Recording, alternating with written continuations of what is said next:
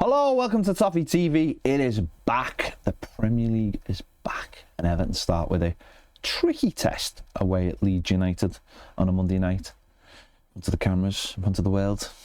I don't like playing promoted teams first game because you always feel like they've got the best team available that they're going to have for like the rest of the season. And everyone's dead happy and everyone thinks, honest to God, we're going to be sound this season and push for Europe and all that kind of stuff. And it's not the best. I don't like it. What about you, Bas? No, it's horrible. Promoted teams are the banana skin, aren't they? Regardless of what they've done in the window, you look at it and think you don't want to go away to a promoted team first game.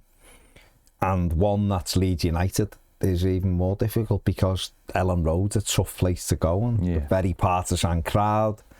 Everton's record's not amazing at Ellen Road, no, to be fair, but it's a difficult place to go, and you're finding the promoted teams normally, and Leeds have been in for a couple of years, so it's all new and fresh. You're going in there, you want to be going in there a few sort of games in when it's levelled out a little bit. So it's going to be a really difficult game for Everton. There's no question about it on Monday. Yeah, it is, as I said, a banana skin. Obviously, it's the first game. There's no evidence to work with, especially with a team that have come up from the Championship. What have you made of Leeds' business during the summer? They've brought in Dominic Calvert-Lewin, and it's confirmed he can play Monday night. Whether they choose to do that or not, that's up to them. They've brought in a couple of centre-backs, a defensive midfielder, or two defensive midfielders if you include Sean Longstaff, a left-back, a goalkeeper.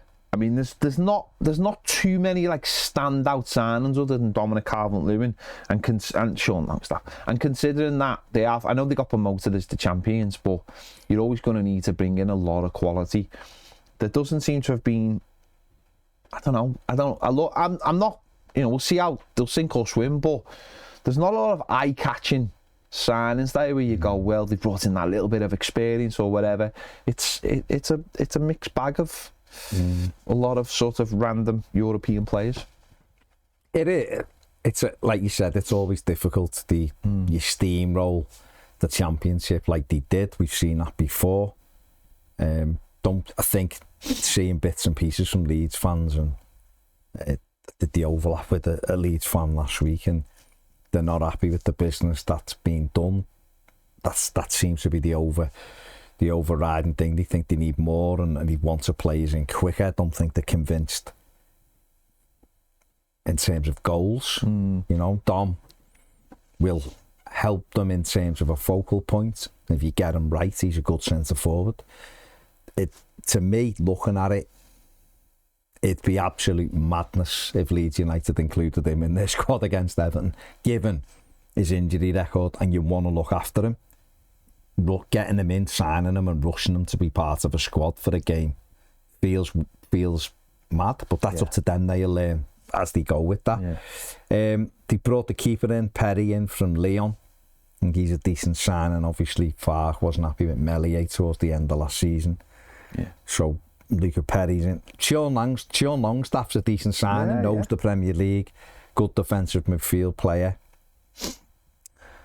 But yeah, looking at them, they do look a little bit short. Junior Firpo's gone. They brought Goodmanson in, haven't they, at left back, who's not bad.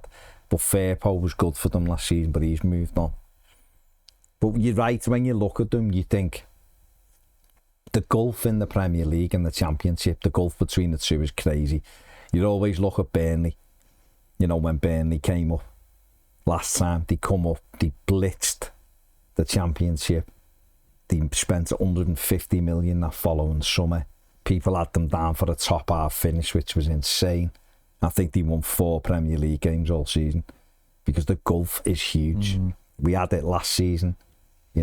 Ipswich come up, didn't spend a lot of money, looked like they were having a little bit of a go, and then were relegated. Southampton, were one of the worst Premier League teams you've ever seen, despite being good in the Championship. So when you look at it like that, it is getting more difficult for clubs to come up in the Premier League and stay there, because the gulf between the money that's being available for a year after year for these Premier League clubs just creates too much of a gap, and that's the challenge all three will face, and Leeds will face it. Leeds haven't gone and bought 7, 8, 9 top class players because you can't. You know, financially you can't do it. They try to strengthen. Doesn't mean they won't find a way of playing and do that, but it'll be difficult. I think it's difficult for anyone. I think looking at it right now, you'd say Sunderland have given themselves the best chance of the three because they've gone and spent money, but that doesn't play out like that. You know, Sunderland were way behind Leeds last year, so it's going to be really difficult. But I think Longstaff's a sensible signing for them. Calvert-Lewin will be a decent signing for them. It's can they get the most out of what else they've got? Let's just have a little look at a couple of the Leeds sides that set up during pre-season against Milan and Manchester United. I mean, in the Milan game, obviously having Nonto and James on one side and on the other, a lot of pace in there if they were to play with that. And then, as you can see in another game, they've played with Jack Harrison up front. Ampadu, the captain, isn't he? Obviously, he's got experience, but it's very unfamiliar. So you look at that team, and I know there's been additions, obviously, clearly, but it's not a team that strikes fear into the heart of Premier League teams. Just simple fact of there's not, in those two sides, there's not a lot of experience. And as you just said there, to be in the Premier League, you have to have that little bit of experience. It's quality as well. Yeah. It's the situation where they're very, very good in the Championship, and they proved that. They've drawn the 3 games. They've had Man United, they drew 0-0 with. I think they drew 1-1 with Villarreal. They drew 1-1 with Milan. But it's the sea change from the Championship and being very good. I think they went the last 8 games unbeaten in the Championship. I think something like that. To going up to the levels in the Premier League, and we've seen it with so many teams, haven't we? Who come up and who are very good, and then they make a couple of mistakes and they're punished where they were getting away with it, and then all of a sudden it's difficult. But they just have to. They're gonna have to dig in early on and try to. They've got a tough opening half a dozen games. Moving Everton aside, whatever they think of Everton. Everton is a difficult game, but it's a home game, and they might come out the blocks flying, and they may well get a positive result against Everton. Then I think they face 5 of last year's top 6 in the next games. They're difficult, and that's the gulf with the Premier League, so they're going to have to get up to that. Daniel Farke, last time he was in the Premier League, didn't cover himself in any glory with Norwich. It was way too open. So we'll have to wait and see whether he's laying with that, but they've got the crowd behind them. When they got the crowd behind them, they're a difficult team to play. Yeah, I mean, obviously one of their best players last season in the Championship was Joel Perreault. Let's have a little look at his numbers. Yeah. Here you go, 19 goals in 46 games, an XG of 17.1. 7 assists as well, and the average is 2.97 shots per game. You can see his heat map there. This is a player who had scored over 40 goals in 2 seasons at Swansea, and I know Everton had a look at him, and a couple of other Premier League teams just felt he wasn't quick enough for the Premier League. You know, one of those where very good at Championship level, can you do it? At Premier League level, it's why Leeds have been looking all summer for a centre forward. It's why there was a lot of talk a few weeks ago they were going to go big for a striker. I think they wanted Rodrigo Muniz, who's at Fulham, but he looks like he's off to Italy, and they've ended up with Dominic Calvert-Lewin, who isn't a great goal scorer. Dom, he's not. He is a target man, centre forward. He's a good player, Dom. We know he is when he's on it. He's not one that gets a lot of goals. I don't know whether they'd go to a 4-4-2 and bring another goal scorer in if they can get one. I don't know. Maybe they haven't been able to convince anyone with a real track record of getting goals to go to Ellen Road this season. It is difficult. Joel Perreault, he'll be interested to see whether he can do it in the Premier League. It's his opportunity to point at all of the Premier League teams who looked at him like Everton and went, no, you're not mobile or quick enough for this league. It's going to be on him, but they have changed the formation, being flicked between a 4-2-3-1 and a 4-3-3, but he's one we've picked out because he was 26 goal involvements last season. Absolutely done the business, and it's always interesting to see centre forward step up, isn't it? Who've done really well in the Championship, and they have got something to prove, but it's whether they can. It's in the Premier League, you feel like you get less chances and you've got to take every single one of them. And I think that's the difference, isn't it, where a lot of these players who come from the Championship, they just can't do it, and they've scored goals as well in the Championship. History is littered with it, isn't it? You look at likes of Adam Armstrong at Southampton, Jack Blackburn. I think he got 26 goals and got the move to Southampton and got 1, and then went down and got a ton and come back up and got 2 or 3. And it's like, what's you go back, it was the old Newcastle, the lad that he was at Palace, gonna forget his name, went to Newcastle, done exactly the same. I can see his face and I can't remember his name. Gale, Gale, who was brilliant at Championship level. You go back with each one. Or you need, like Mitrovic showed, you need a couple of seasons. Yeah. Well, he was at Fulham, I think he got 7 or 8 goals, looked at Cartos, went in the Championship, got 40 odd, and come back in the Premier League and had a good season and got whatever it was, 15 or something. So, but but that's Leeds, and listen, we don't really know. It's hard the first few weeks, especially when they promote the teams. But just moving on to Everton, obviously. Let's just look at the team, obviously, that faced Roma in our last game. And obviously, we know Jared Branthwaite will not be available for this game. Michalenko went off injured, so we're not 100% sure on him.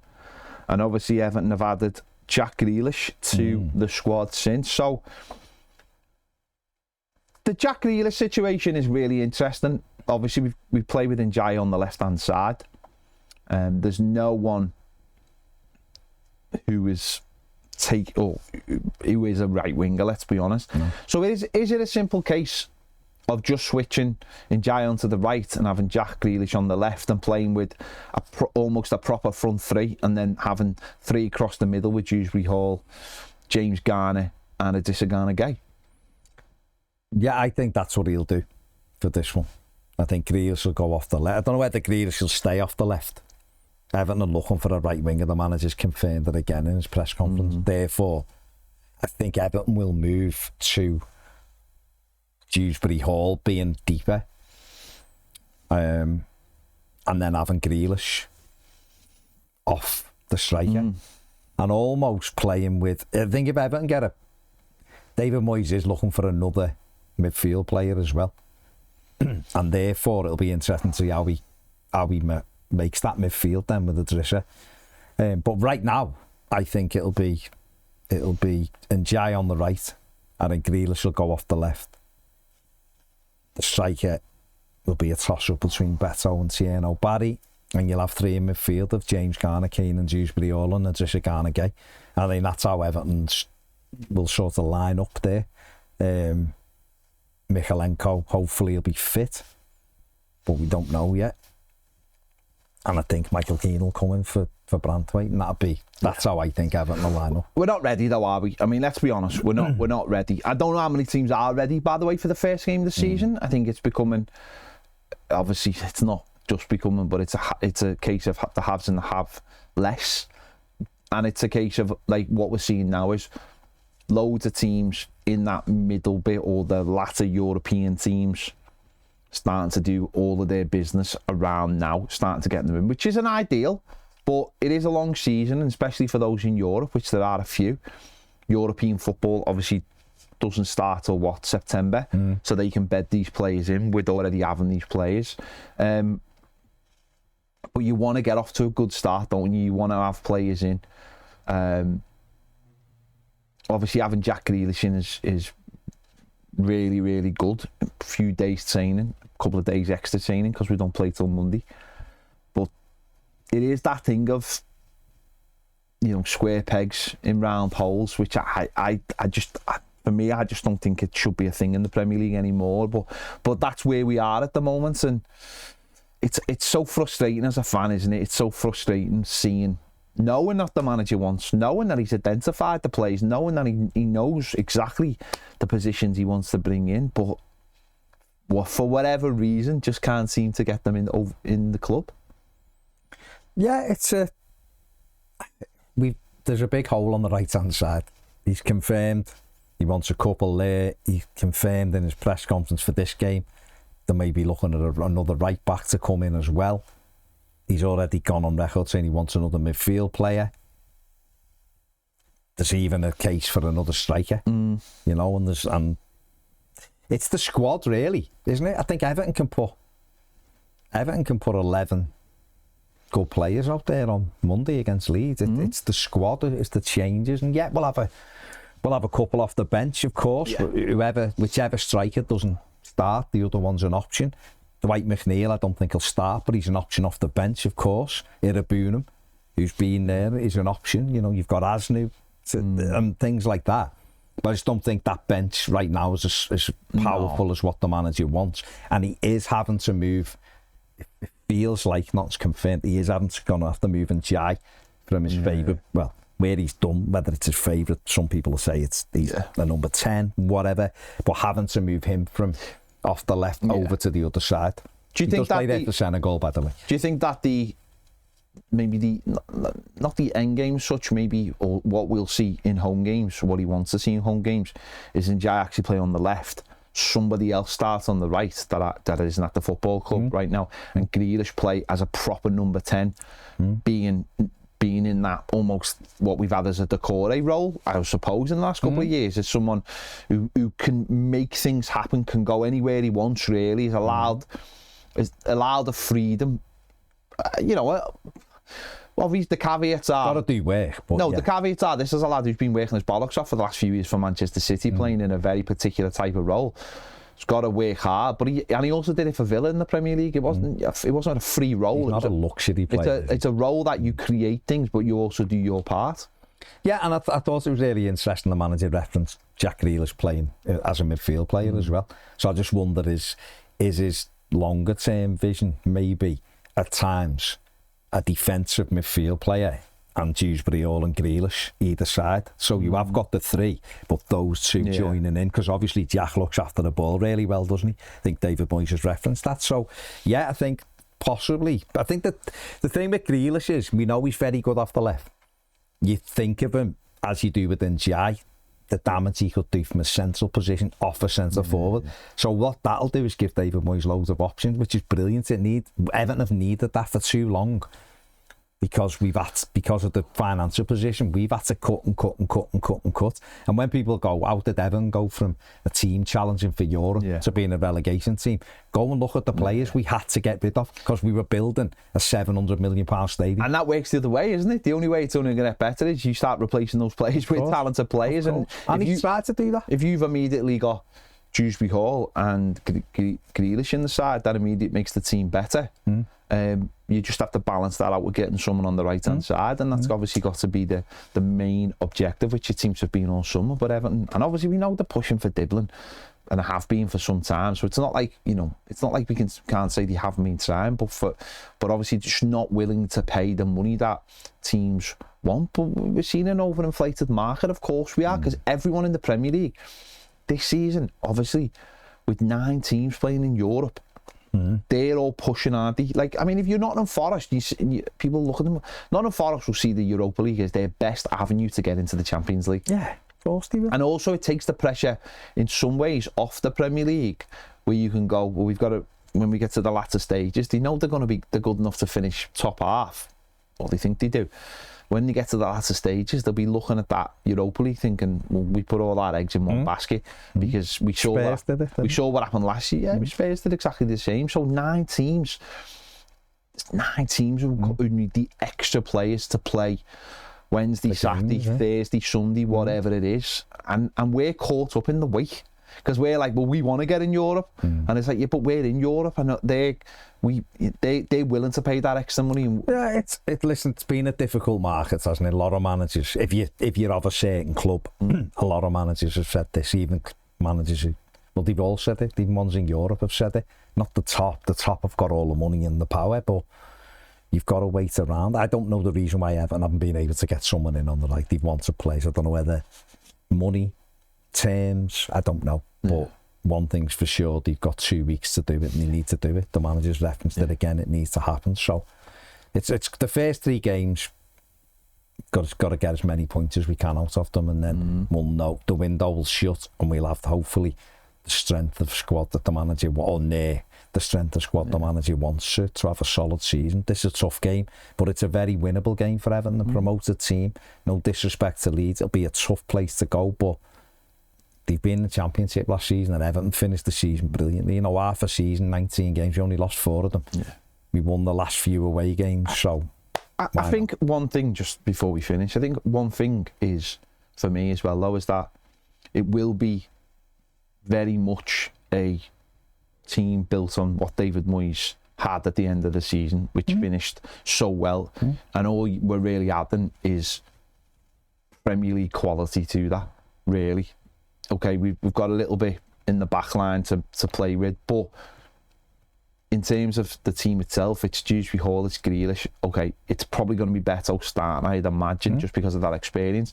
So you are just grafting onto a decent Premier League team where Leeds have got we'll be putting 4 or 5 into straight away, and that's what makes it difficult. So yeah, tough game. I think we all know it's a tough game, but Everton have just got to go there, be professional, and hopefully start the season like the ended last season, which is win and win. And then away win. Yeah.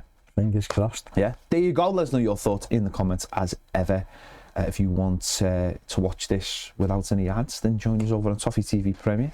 Podcast as well is available over there, and that's where you'll find all our videos and podcasts without adverts on Toffee TV Premium. Exclusive shows over there as well. Make sure you give this video a like, subscribe, and join us over on Toffee TV Premier. As we said, see you later.